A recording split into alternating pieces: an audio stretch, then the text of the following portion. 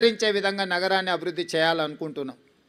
అందుకే regional ring road కావచ్చు, radial roads కావచ్చు, మూసీ నది ప్రక్షాళన కావచ్చు, మెట్రో విస్తరణ కావచ్చు, గోదావరి కృష్ణా నది జలాలు ఈ మహానగరానికి తాగునీటి అవసరాలను తీర్చడానికి అవసరమైన ప్రణాళికలు కావచ్చు, హైదరాబాదు నగరాన్ని పట్టి పీడిస్తున్న ట్రాఫిక్ సమస్య కావచ్చు, ఎలివేటెడ్ కారిడార్లు కావచ్చు, ఫ్లైఓవర్ బ్రిడ్జులు కావచ్చు, అండర్ పాస్లు కావచ్చు, రైల్వే ఓవర్ బ్రిడ్జులు, రైల్వే అండర్ బ్రిడ్జులు కావచ్చు, గల్లీలలో ముఖ్యంగా చెత్త ఒక ప్రధాన సమస్యగా మారింది.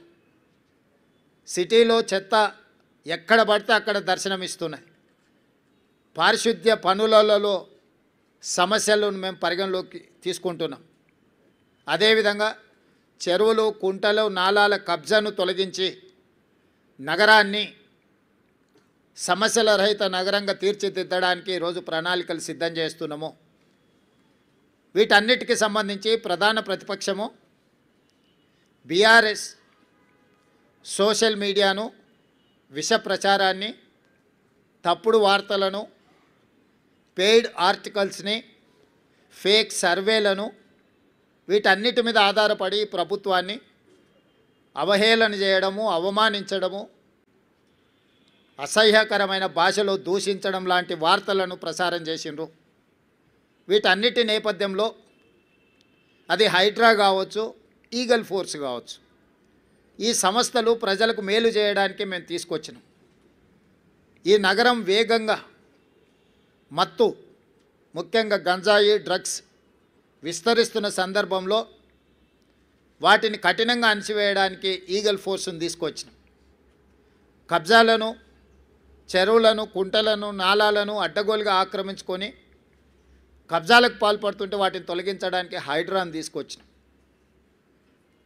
జిహెచ్ఎంసీ కావచ్చు, హెచ్ఎండిఏ కావచ్చు, మెట్రో వాటర్ వర్క్స్ కావచ్చు, మెట్రో రైల్ కావచ్చు, ఇలాంటి సంస్థలను అన్నిటిని కూడా సమన్వయం చేసుకొని ఈ నగరాన్ని ఒక మంచి నగరంగా తీర్చిదిద్దడానికి మేము చేస్తున్న ప్రయత్నాన్ని ప్రధాన ప్రతిపక్షము సహకరించకపోను ప్రతి సందర్భంలో అడ్డు తగిలే ప్రయత్నం చేసింది.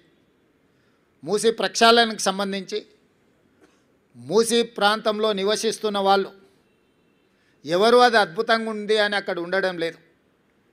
ఏ వసతి లేక, ఏ అవకాశాలు లేక మురికితో కూడుకున్న మూసీ పక్కన నివసిస్తున్నారు.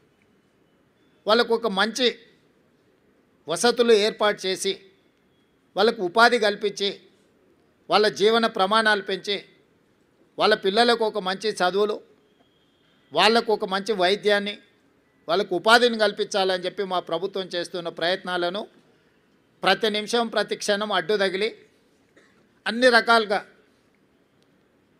వీటన్నిటిని అడ్డుకునే ప్రయత్నం చేసిండ్రు.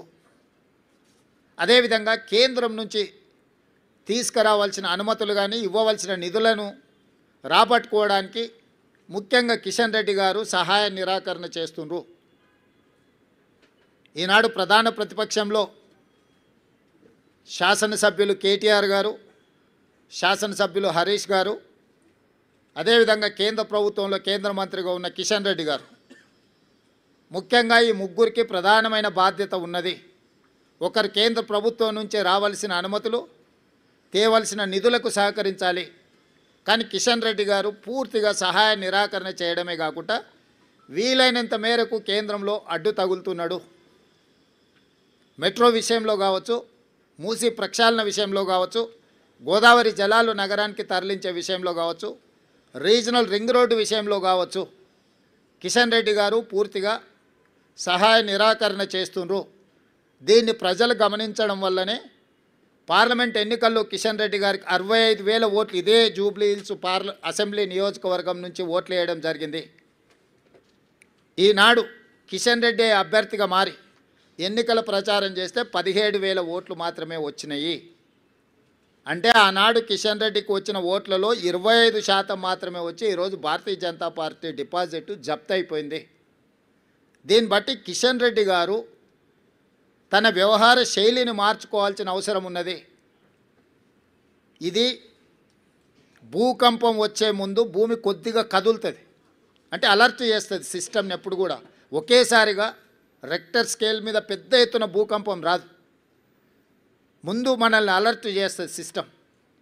అలర్ట్ చేసినా మనం తేరుకోకపోతే ఆ ప్రకంపనలు భూకంపంగా మారి అందులో కలిసిపోవడమే కాదు కాలగర్భంలో కలిసిపోతాం.